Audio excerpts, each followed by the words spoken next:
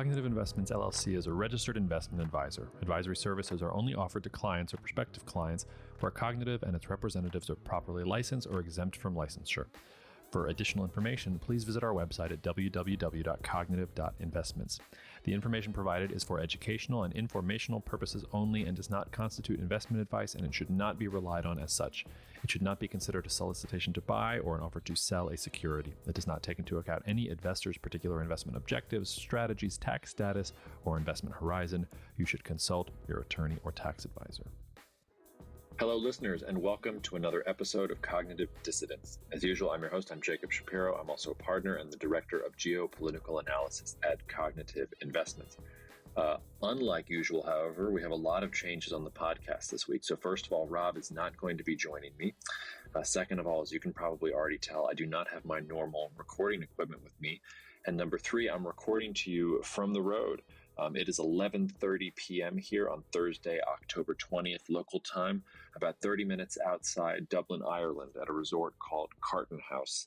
Like I said, 30 minutes outside of Dublin city center.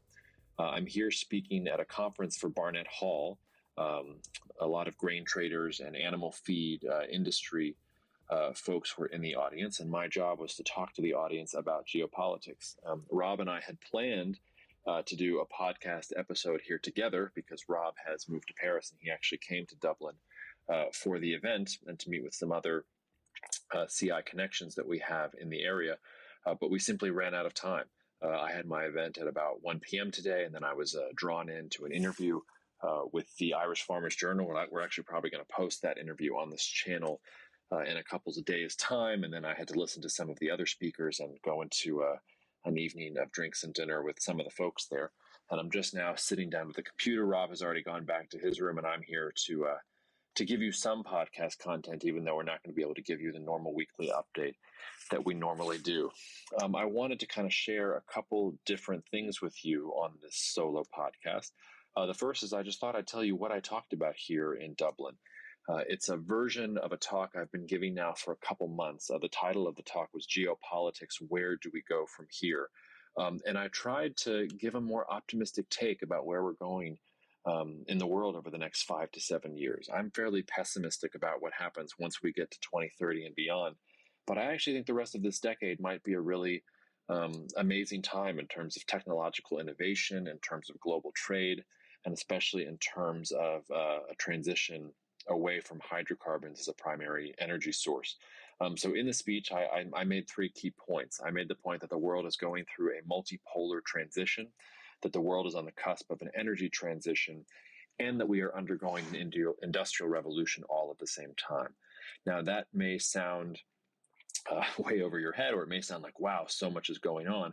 But this actually isn't unprecedented. We've seen previous eras like this in history. The era that I like to compare it to, if you've been listening to this podcast for a while, you know this, is the 1890s, which had similar geopolitical dynamics. So the 1890s, you had the British Empire had crested and reached its greatest heights.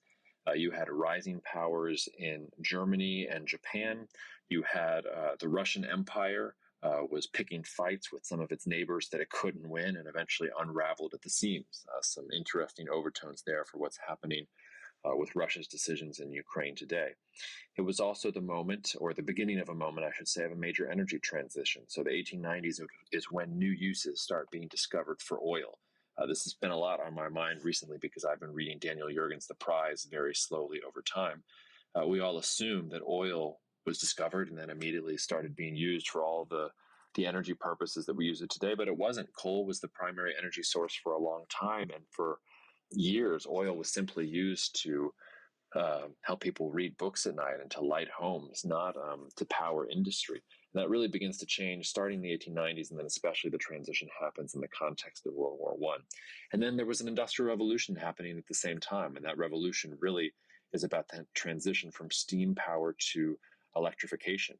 Again, these are things that we take for granted, but imagine in 1900 there being mostly horse and buggies on the streets of Manhattan.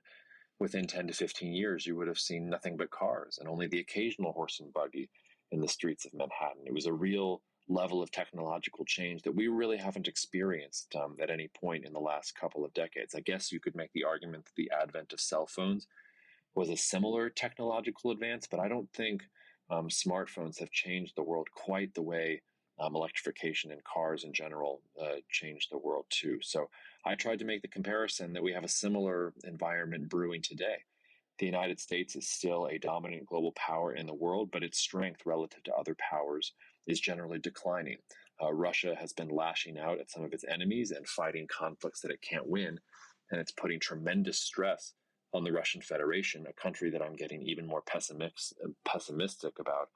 Well, at least the Putin regime lasting for that much longer. It's hard to see how Putin can continue to do the things he is doing and rule the country. We're on the cusp of a global energy transition. So we're moving away from hydrocarbons as the main source of energy, especially in developed economies. And we have different parts of the world emphasizing different types of technology. So in the West, for instance, or I should say in the United States, we have access to cheap natural gas and cheap oil, which sort of curbs the incentives for thinking about other alternative sources of energy. If you look at Europe, the top investments in hydrogen as an energy source happen in Europe right now, whether it's hydrogen patents or money spent on hydrogen infrastructure. Europe is really the center of that spending. You look at places like China and India, they are the ones doubling down on nuclear power. Most of the nuclear power capacity that is going to come online here in the next 3 to 5 years is happening in China, in India, or in other developing economies.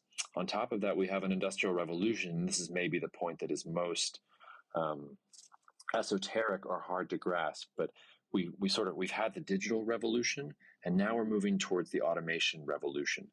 This gets called a lot of different things. It gets called Industry 4.0, the Industry of Things, or IoT, as it is often abbreviated. You name it. But the idea is basically that we're moving from digitalization to automation. And before we can make that jump, before we can start empowering artificial intelligence to do all sorts of things that keep me awake at night, we have to build 5G networks and satellite infrastructure and all sorts of things so that we have the kind of low latency, high speeds that those kinds of use cases need. Imagine you're in a self-driving car and suddenly the car has to start buffering to get its signal, or it loses its signal for a moment because of a cell tower that's too far away. That's not going to work. If you're in a self-driving car and it suddenly loses service, you might crash into a tree. So those three things are all happening at the same time in the world today. And I tried to explain to the audience that, like the 1890s, I actually view the next, really till the end of the decade, as a potential time of cultural effervescence, of economic and technological development, and also of relatively limited conflict. That may sound slightly counterintuitive considering Russia's war in Ukraine. But in general, I look at most of the rising powers in the world, and I see powers that, while they're willing to challenge the current liberal international order with strongly worded statements or different economic policies, they're not really strong enough to think about challenging U.S. dominance in a real way. And as long as that is the case, as long as most of these powers don't think that they can win wars and change the system as it is currently, there's probably a limit to just how crazy things can get. So for that reason, I'm fairly optimistic about the next couple of years, but I also think that a lot of investment in infrastructure, a lot of capital expenditure is going to have to happen in the next couple of years, because once you get beyond this period, previous multipolar eras in human history have always, well, I shouldn't say have always, but have recently ended in cataclysmic global conflicts. And the real question is whether we can avoid the sort of conflict that happened around World War I and World War II, when the last multipolar era came crashing down. The second thing, just to put on your radars this week, is the collapse of the British government. Liz Truss fought the markets, and the markets won. I don't know if some of you saw, there was a British tabloid paper, I forget which one, I apologize, but The Economist said that it didn't think that Liz Truss's premiership was going to last longer than a head of lettuce. So this amazing tabloid put a live YouTube channel up of a head of lettuce next to a picture of Liz Truss, and we were sort of counting down the days. And the lettuce was starting to look rough the last couple of days, to be honest, because it looked like Liz Truss was holding on for dear life.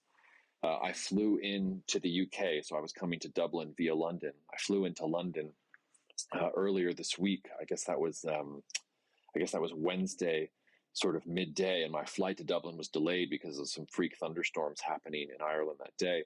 And so I ended up in the Plaza Lounge in Terminal 2 of Heathrow, and I was watching the recap of Liz Truss's prime minister's questions, and I almost felt bad for her, the extent to which she was getting raked over the coals.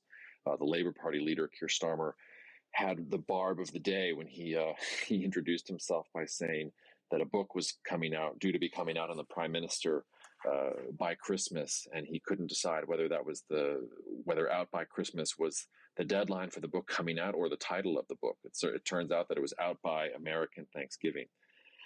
If you look at the latest YouGov polls from today, Boris Johnson seems to be the person that most of the Tory Party members prefer to replace Liz Truss. If that actually happens, it goes back to Marx's quote that history repeats itself first as tragedy and then as farce. Maybe Rishi Sunak is the one who is actually going to come into place, but the upshot is that Liz Truss somehow has set a new bar for incompetence at the top level of the British government. And as I told the audience in Dublin, I'm not really so concerned with the government incompetence on a short-term level in the UK, but the way that the British government is dealing with monetary policy in general and government policy in general, they are just adding fuel to the fire for independence voices in Scotland, for voices in Northern Ireland that are looking at the booming economy of the Republic of Ireland, which we'll talk about in a minute, and maybe driving forces for a change in status there. I'm really beginning to doubt what the UK's future looks like as a united country. Now, there are certainly ways that the UK can turn this around. One of the best questions I got at the conference today was someone asked me, what's stopping the UK from reversing course on Brexit and rejoining the European Union? For those of us who've had to deal with Brexit headlines for years, that sort of makes our head spin a little bit. But there's something to be said for that course of action. In the meantime, the UK really hasn't been able to close free trade deals, all the free trade deals that the pro-Brexit governments were thinking about passing, whether with the United States, with India, what have you. So I'm following the melodrama in the British government with some interest, mostly because it's quite entertaining. But the longer term story here is what this means for the unity of the United Kingdom, and it doesn't say anything optimistic as far as I'm concerned. I also just want to say a couple words about Ireland. I came here sort of expecting to feel positively about the country. And if anything, I feel even more sure about that. This is going to be the focus of the In Focus piece for the Global Situation Report that I write every week, and that will be coming out as normal this week. I'll be writing it on the plane home from Dublin to New Orleans via Atlanta tomorrow. But as I start sketching out what the outline of that piece looks like, it looks like for once in Ireland's long and tortured history, geopolitics are in Ireland's favor.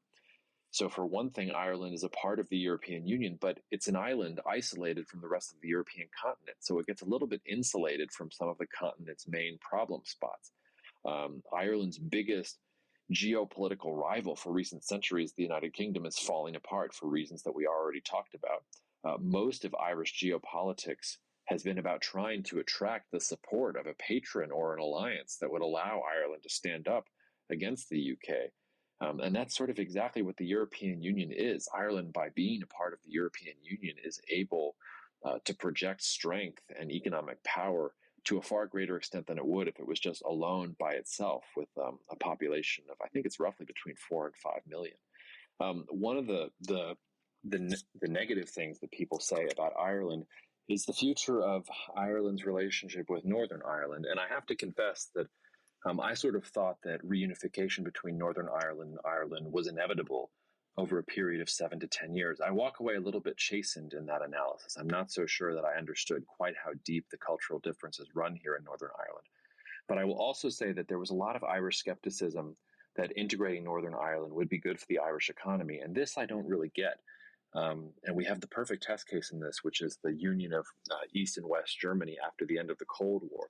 If you look back at The Economist, of head of Lettuce Lore, and of all the different newspaper articles and media coverage of the reunification of Germany in the early 90s, the consensus view was that West Germany was basically going to have an albatross around its neck in the form of the East German economy and was going to have to bail it out and spend so much capital integrating it that Germany was just going to become the sick man of the euro. Instead, nothing could have been further from the truth.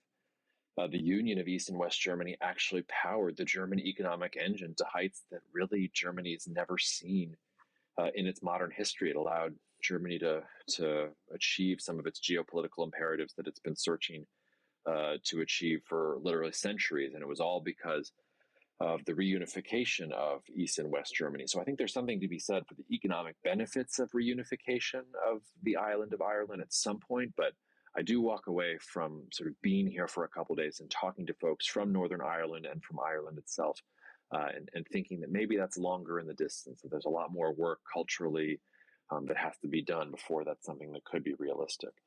The last thing is just that Ireland is fairly dependent on oil and natural gas for energy, as most countries are these days. But Ireland has some of the most wind capacity in the European Union. And although there's not a lot of solar potential here, although today was a lovely sunny day in Dublin, Ireland does have a lot of capacity for wind production and for other things. So you put all of these things together.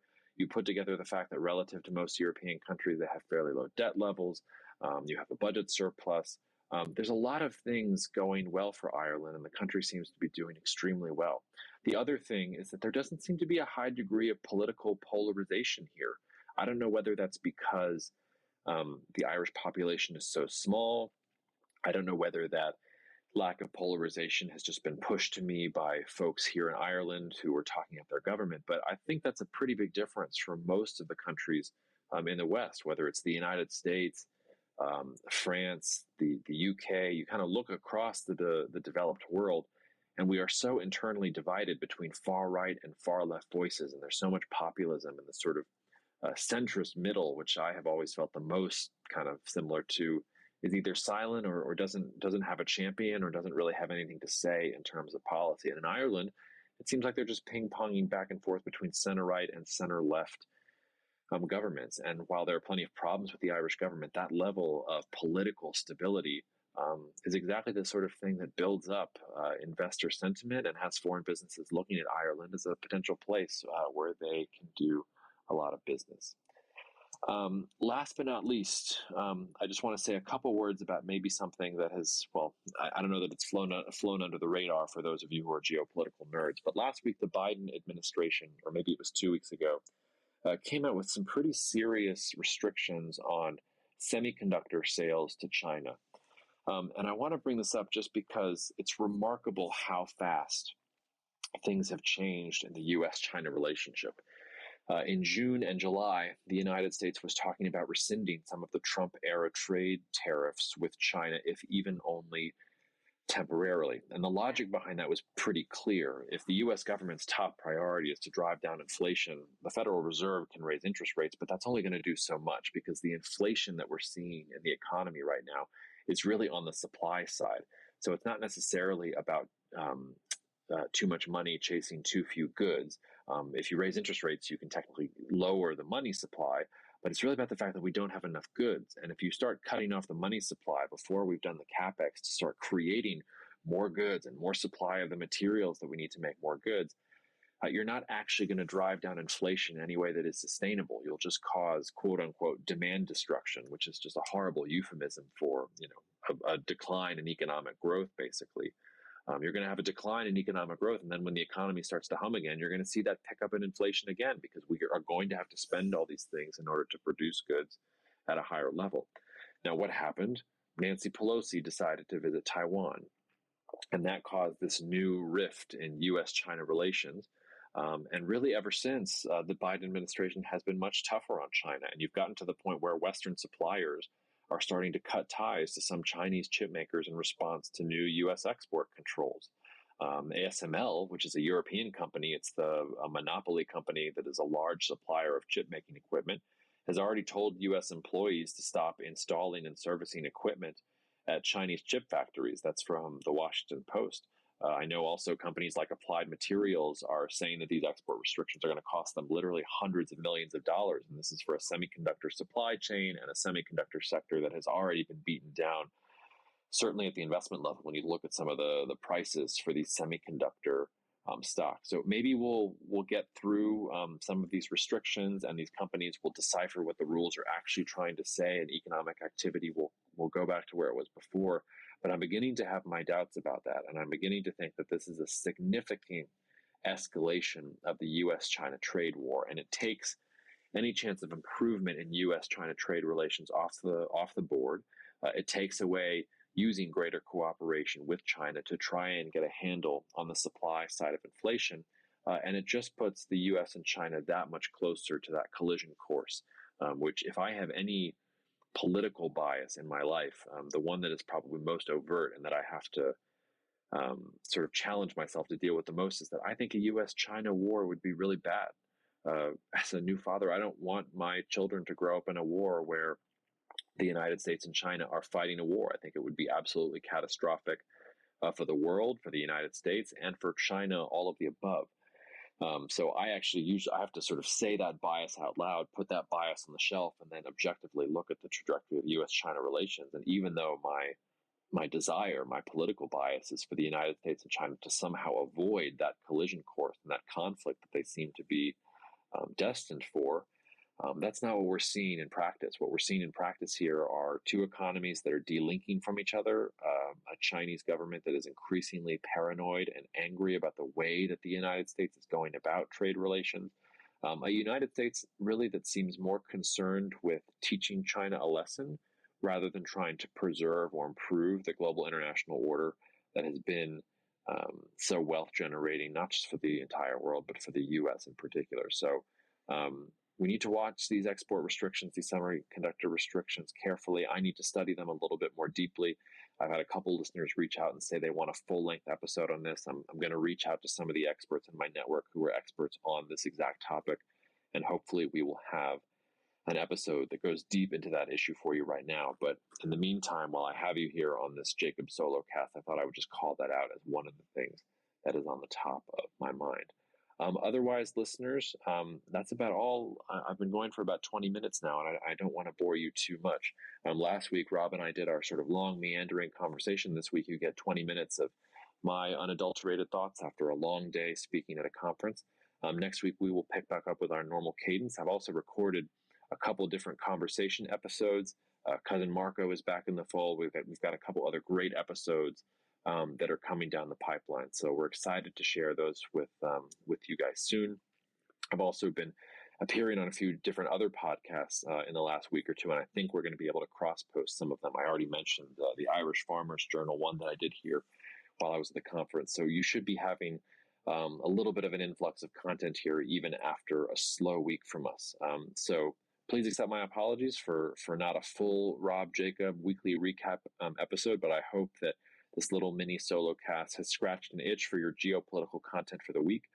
As always, you can write to me at jacob@cognitive.investments if you want to talk about the podcast or have anything on your mind about geopolitics or any other subject, or if you want to talk about the things that CI does.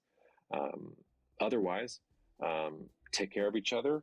I'll be headed back to the United States tomorrow and look forward to recording from my office and getting back into the groove next week. So until then, cheers and see you out there.